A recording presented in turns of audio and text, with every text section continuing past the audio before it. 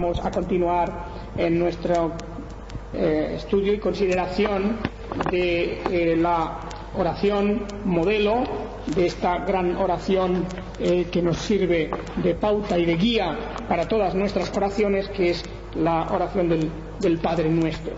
Naturalmente que tenemos, como hemos dicho varias veces aquí, las instrucciones para que podamos nosotros dirigirnos adecuadamente al Señor, y tenemos también aquí algo que sobre todo importa mucho, y es que Él nos da no solo el modelo de la oración, sino también el orden de prioridades, el orden de las cosas que debemos de pedir y que debemos rogar y suplicar, de una manera en la que también se nos enseña qué cosa es más importante, qué cosas son más importantes. Y esto es muy necesario que también lo sepamos discernir.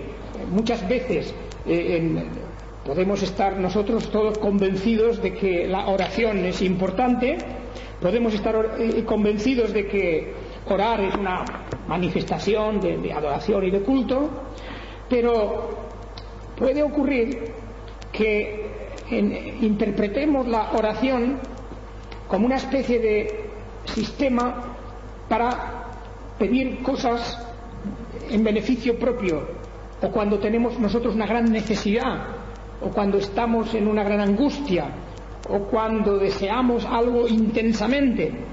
Y fácilmente, pues, la oración se convierte o se puede convertir en un instrumento simplemente para conseguir cosas, para recibir.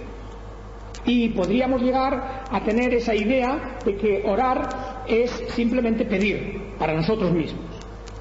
Eso es fácil que ocurra, y bueno, yo no diría que eso es extraño. Todos hemos de reconocer que cuando tenemos una gran necesidad o tenemos una presión grande, nos sentimos pues más inclinados a orar, y nos sentimos más inclinados a rendirnos ante el Señor y suplicar y pedir algo.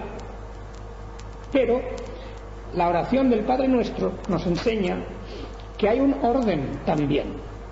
No solo se trata de orar y pedir a Dios, se trata de poner las cosas en orden. Se trata de mostrar a través de la oración qué cosas son para nosotros prioritarias, qué cosas son más importantes. Si tenemos un problema cualquiera, nos acercamos a Dios rápidamente, podemos ir, y yo creo que eso es habitual en todos nosotros. Tenemos un problema, tenemos una necesidad, y enseguida pues pensamos, debo orar a Dios, y en nuestra cámara en secreto podemos ante Dios volcar nuestras oraciones y nuestras peticiones.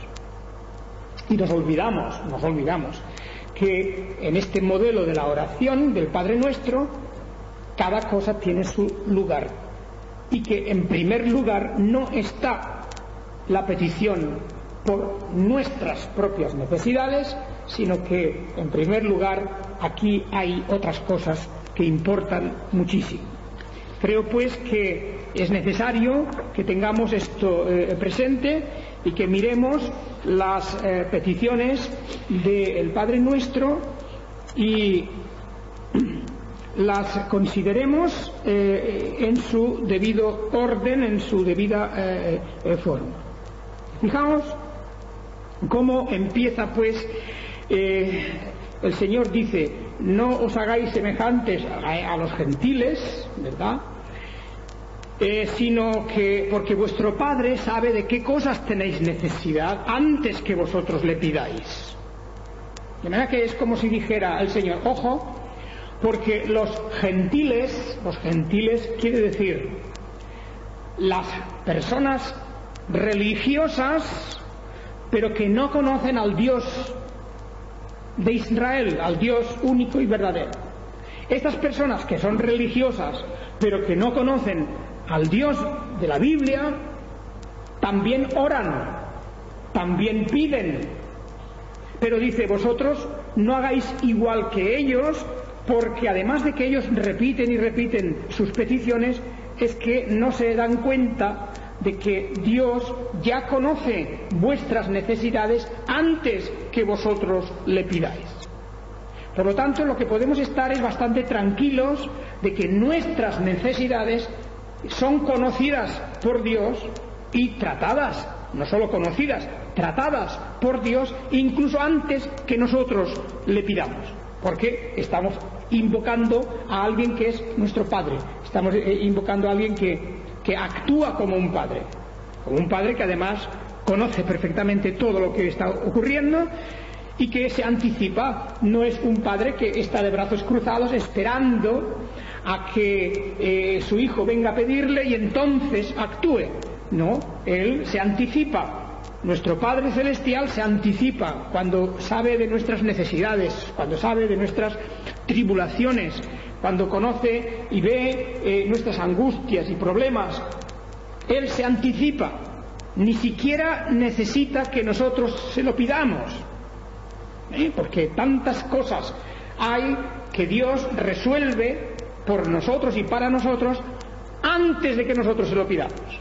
Se anticipa, pero no un momento o dos momentos, se anticipa desde el principio de la fundación del mundo, en su presciencia, en su sabiduría eterna. Él conoce nuestras necesidades y sabe que determinadas cosas son necesarias en su tiempo, en su momento, y nos las da, aunque no las hayamos pedido.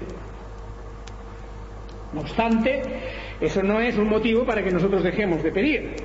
Por supuesto que podemos ir al Señor con nuestras peticiones.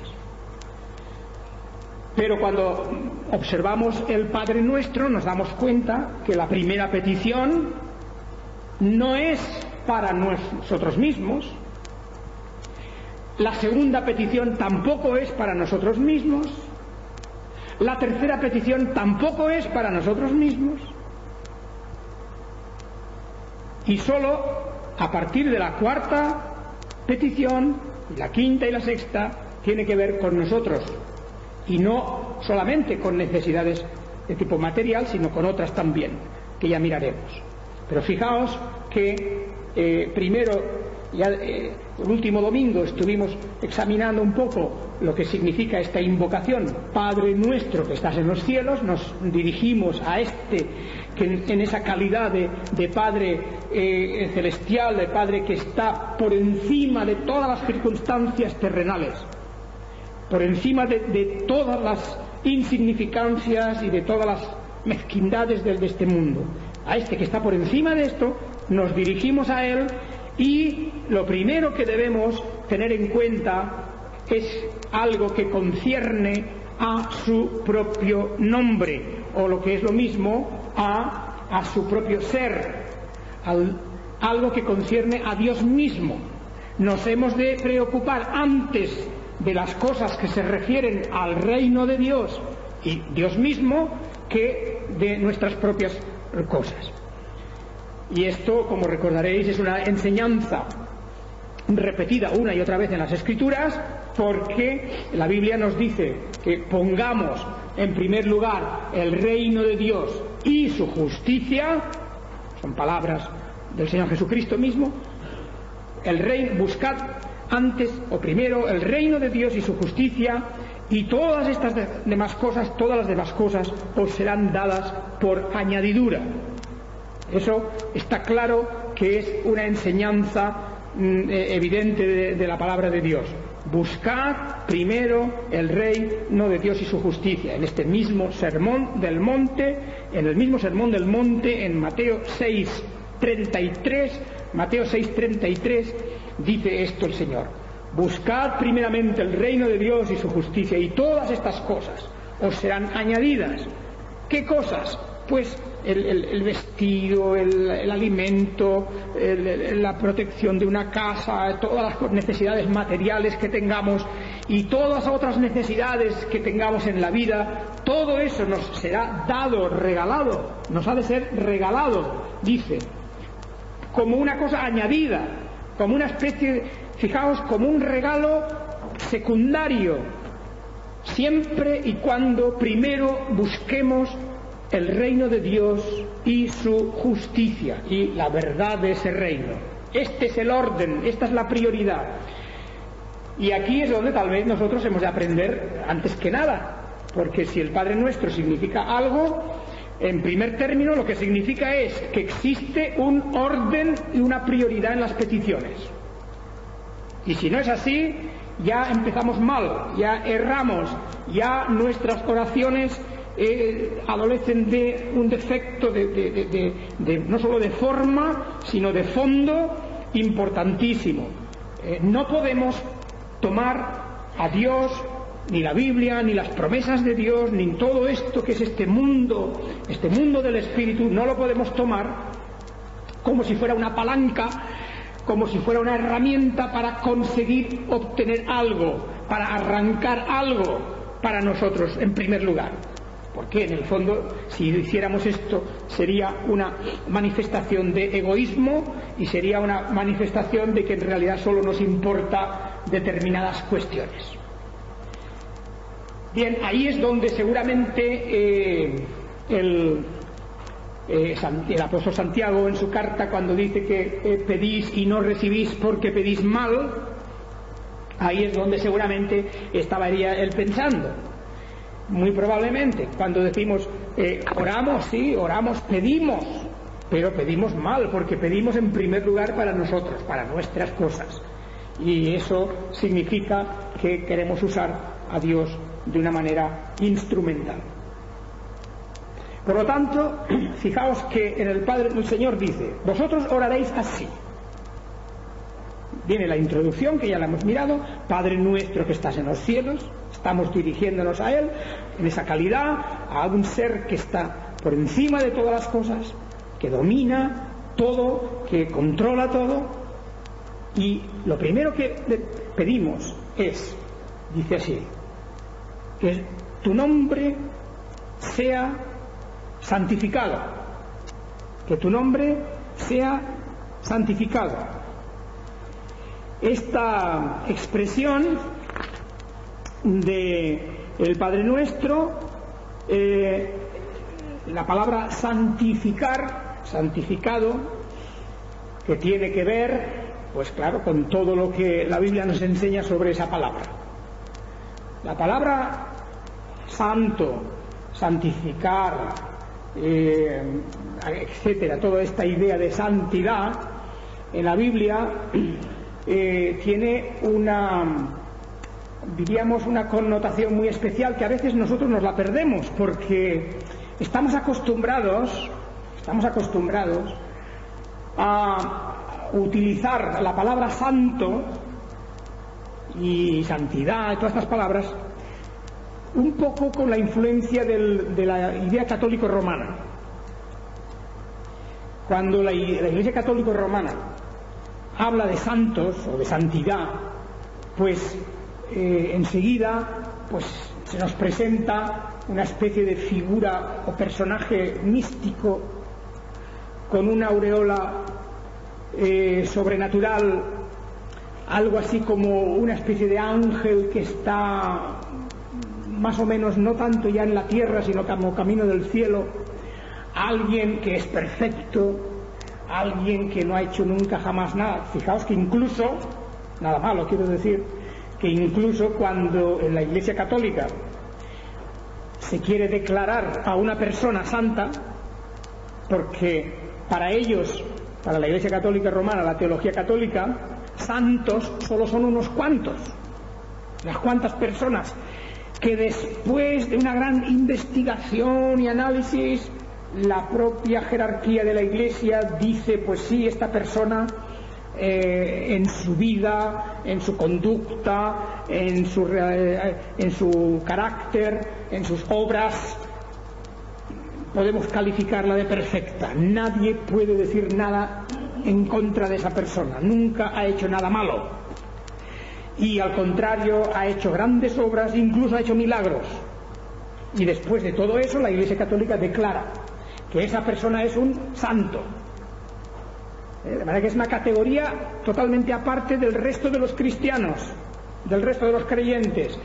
La masa de los cristianos es eso, una masa.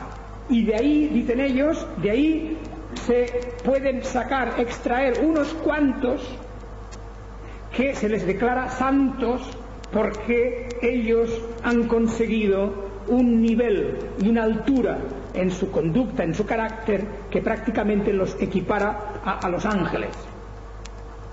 Esa es la idea del catolicismo de lo que es la santidad. Pero claro, esa idea no está en la Biblia. Eso no es ni el significado de la palabra santo, ni la forma en que se usa la palabra santo o santidad tienen ninguna relación con eso, con esa especie de categoría superior de criatura, de persona. Porque en primer lugar en la Biblia se llama santos a todos los creyentes, y en la Biblia aparecen creyentes y personas que realmente lo son, y que en su conducta vemos de todo, porque todo ser humano es lo que es.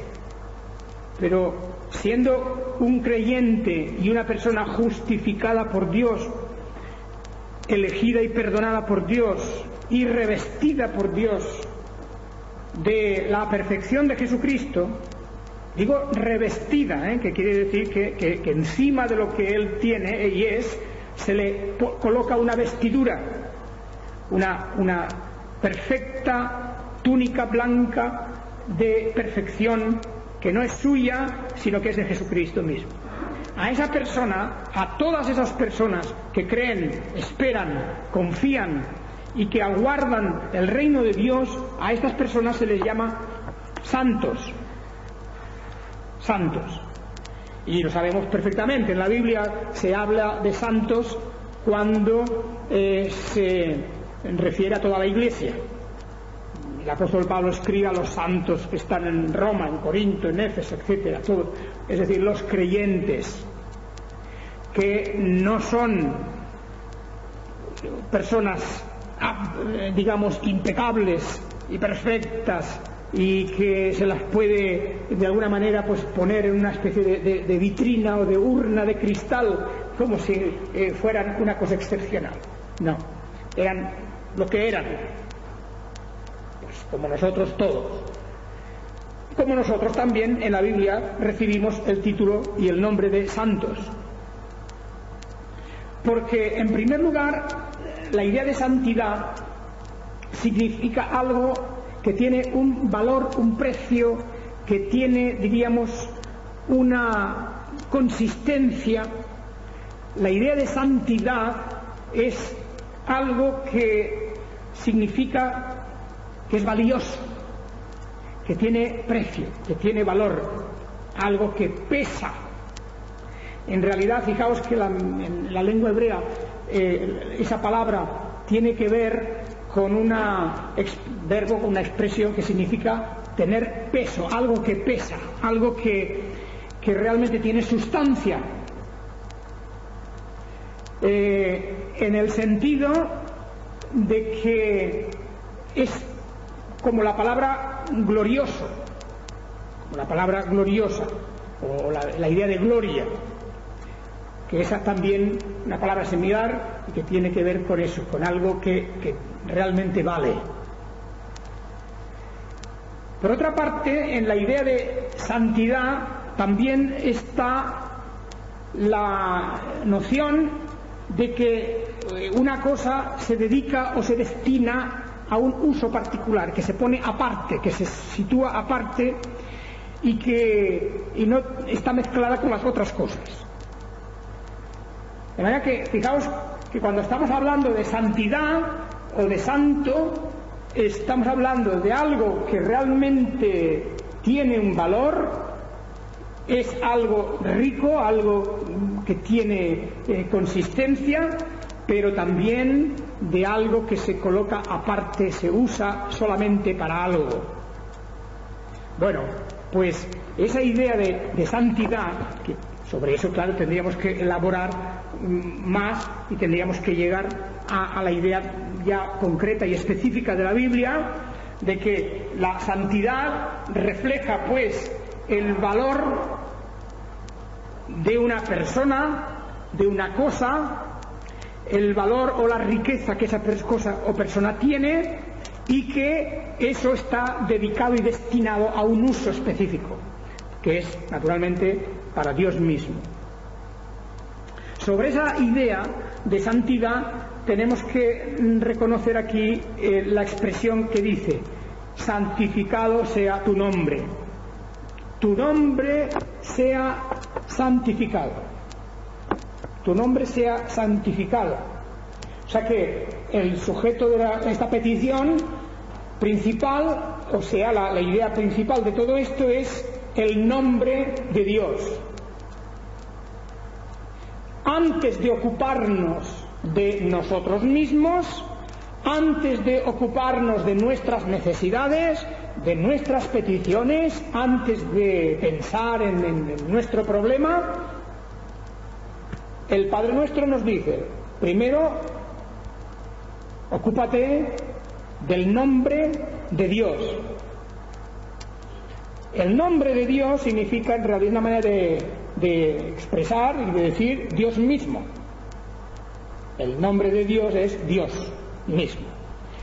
El nombre expresa lo que es la esencia, lo que es el ser de Dios, con sus atributos, pero también todo lo que concierne a Dios y a su reino. Es en paralelo con lo que hemos dicho antes: buscad primeramente el reino de Dios y su justicia, y todas estas cosas os serán añadidas. Y el apóstol Pablo, acordad que dice también: buscad primeramente las cosas de arriba. Esa misma idea.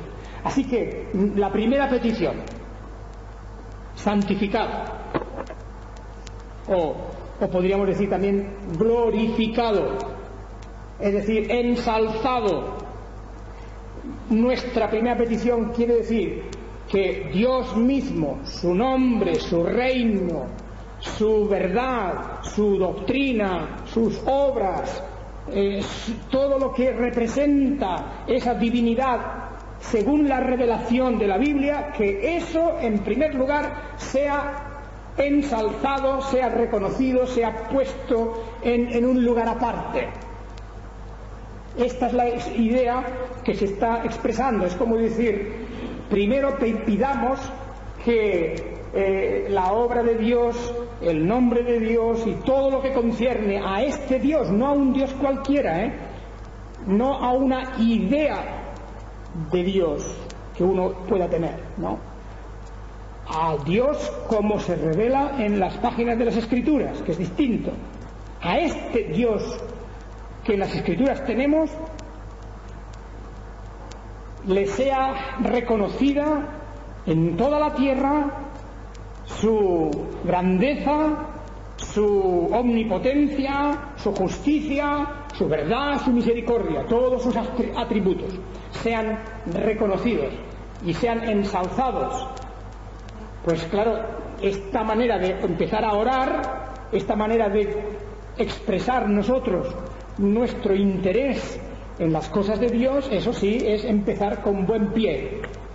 Si nuestra oración sinceramente comienza por nuestra preocupación, nuestro interés en las cosas que conciernen a Dios y a su reino y a su verdad, ahí hemos dado ya un paso en la buena dirección, un paso positivo.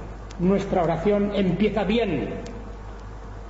Nuestra oración empieza bien, porque significa que en nuestro espíritu, antes que nuestras propias necesidades y nuestros propios problemas, hay algo que valoramos más todavía, algo que valoramos más, y eso es importantísimo.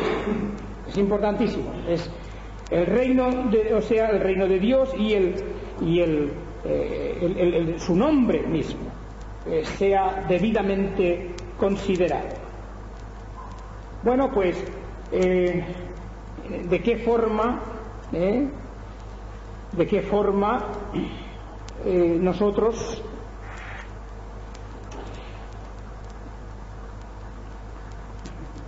santificamos o glorificamos ese nombre.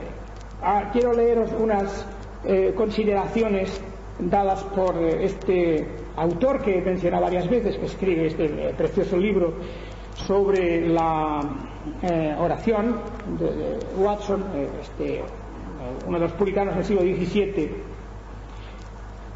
Dice, él hace todas unas consideraciones, dice, ¿cuándo? Pregunta, dice, ¿cuándo puede decirse que se santifica y glorifica el nombre de Dios? ¿En qué forma? ¿En qué manera? Bueno, dice varias maneras en que eso se puede hacer. En primer lugar, dice, cuando profesamos. Profesamos quiere decir exteriorizamos, cuando sacamos afuera y manifestamos alrededor nuestro nuestra fe y nuestra confianza en Dios mismo, en el Dios de la Biblia. O sea, la idea de profesar es importante porque la fe se manifiesta en las obras y se manifiesta también en la exteriorización. Lo que hay en el corazón, dice la Escritura, de la abundancia del corazón, la boca habla. Y es importante saber que el nombre de Dios se santifica y se glorifica cuando profesamos, cuando exteriorizamos, cuando lo sacamos fuera. Y o bien damos testimonio, o hablamos, o estamos en una asamblea, en una reunión de la Iglesia y expresamos en el canto, en la lectura, en las oraciones, etcétera, lo que creemos y lo que sentimos. Esto es importante porque, por supuesto, exteriorizar o sacar fuera lo que hay en el corazón es un acto natural y a través de eso estamos glorificando el nombre de Dios. Watson también nos dice que santificamos y glorificamos el nombre de Dios cuando tenemos un alto aprecio y estima de Él y lo ponemos, lo colocamos en el lugar más elevado de nuestros pensamientos. O dicho de otra manera, cuando nuestro sistema de pensamiento, cuando nuestro esquema de pensamiento tiene como punto culminante, como punto supremo, a Dios y las cosas de su reino. Es importante porque, claro, en la vida las personas actúan y obran movidas en el fondo por un propósito último. Y vemos la gente que trabaja y se esfuerza y que se desvive, y cada uno tiene en la vida algún propósito y tiene un punto supremo cada uno. Pues, por ejemplo, para una persona el objetivo principal de su vida pues puede ser, por ejemplo, enriquecerse. Pues hay gente que trabaja y se desespera y lucha y sufre y tal solo porque quiere llegar arriba de todo en la escala social, en la escala del poder económico. Pues hay mucha gente que trabaja por eso y que vive para eso y que se desvive para eso. Pues bien, porque tienen como punto culminante de su vida puede ser ese afán. Otros simplemente, pues por ejemplo, por la fama, quieren ser personas famosas o quieren ser personas reconocidas o personas que también en el cuadro social ocupen y se les reconozca lugar supremo. Y eso es la meta de su vida y trabajan para eso, etcétera. Y podríamos hablar de 200 o 300, yo qué sé, cuántos diferentes propósitos puede tener uno en la vida. Pues el cristiano tiene una cosa que ocupa el lugar número 1 Lo ha de tener, y esa es una de las formas de definir nuestra verdadera condición de cristianos. Definimos nuestra cualidad de cristianos porque, en primer lugar, en la vida tenemos un propósito. Y no renunciamos a otras cosas en la vida, porque es muy legítimo que una persona trabaje, que una persona vaya subiendo de categoría social, que una persona tenga interés, por supuesto que sí, en su familia y en sus cosas de esta vida y en muchas otras cosas. Eso está muy bien. Sin embargo, no ocupan el lugar número uno, el lugar primero. Por eso dice que tengamos un alto aprecio y estima de Él y lo coloquemos, lo pongamos en el lugar más alto de nuestros pensamientos. Dice la palabra hebrea honrar, porque de aquí viene la palabra, la idea de santificar. Claro, santificar es una palabra que viene por la vía del latín, la vía del latín sanctus, santificar. Pero la palabra que en la lengua hebrea tiene que ver, significa, como he dicho antes, eso: estimar una cosa como preciosa, considerarla como algo de valor, y como es algo de valor y precioso, se destina a algo especial, se coloca aparte, y eso es santo. Eso es santo. Fijaos que es una idea bastante alejada de la idea católica romana, que tanto ha influido en nuestros pensamientos, en la idea de santo. O sea que santo no es una especie de semi-ángel, ni de semi-héroe, ni de semi-dios.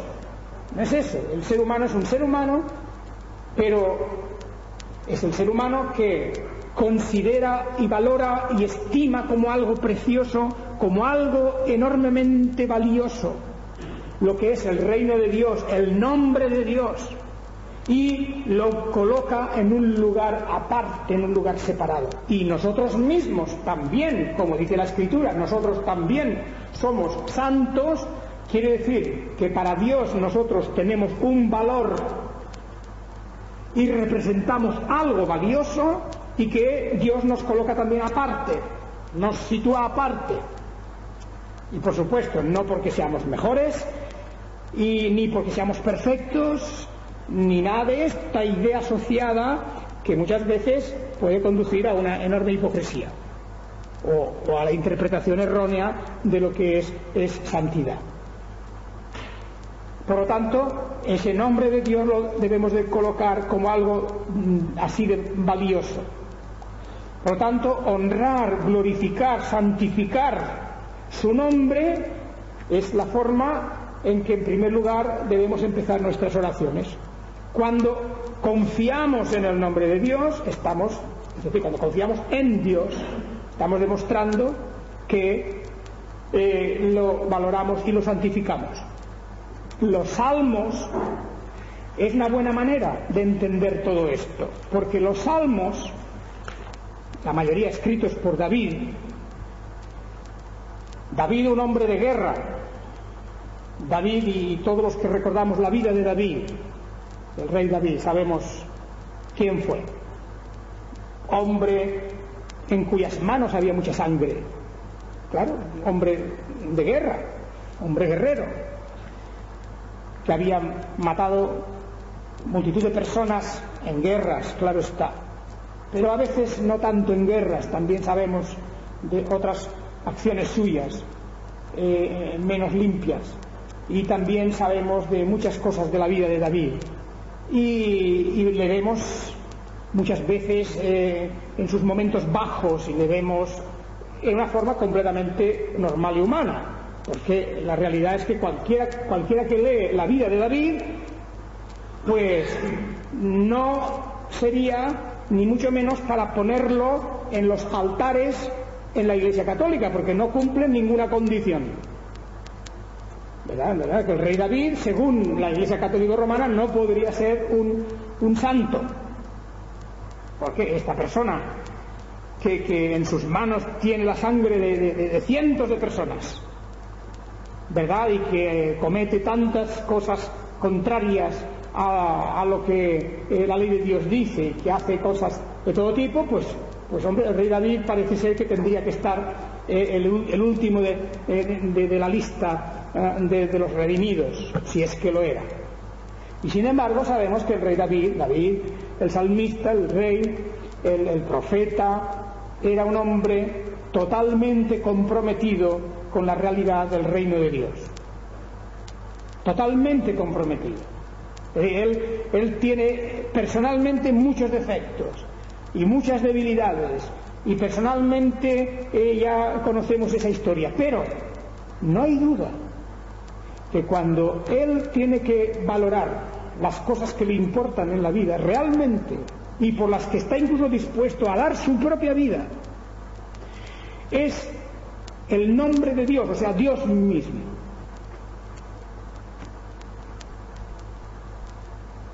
Y los salmos son un testimonio de esto. Los salmos son un testimonio. Cuando habla de la majestad de Dios y de la grandeza de Dios y las alabanzas que él dedica y destina a Dios, cuando se refiere al hecho de que Dios reina en el universo y su poder es incontestable, que Él es el Dios de su salvación, que las misericordias de Dios son el tema de su canción para siempre, que tantas cosas de la palabra, de la ley de Dios, todo lo ensalza de tal manera que no cabe duda. El rey David era el hombre que en primer lugar ponía el nombre de Dios y su justicia, el nombre de Dios y su rectitud y su valor, el valor que éste tiene. Bueno, pues esto es lo que nosotros estamos llamados a hacer, que amemos este nombre. Los que aman tu nombre, regocíjense. Salmo 5, versículo 11. Los que aman tu nombre. Salmo 5, 11. Alégrense todos los que en ti confían. Y el final del versículo 11, en ti se regocijen los que aman tu nombre. Bueno, así empieza la oración del Padre Nuestro. Y de ahí podemos ir sacando pues una serie de conclusiones.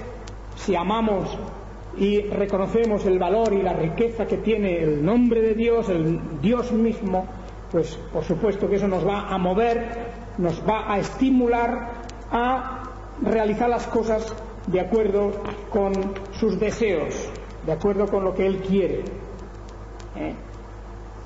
Atribuyámosle a Él todo honor, toda gloria, pues, en cada momento.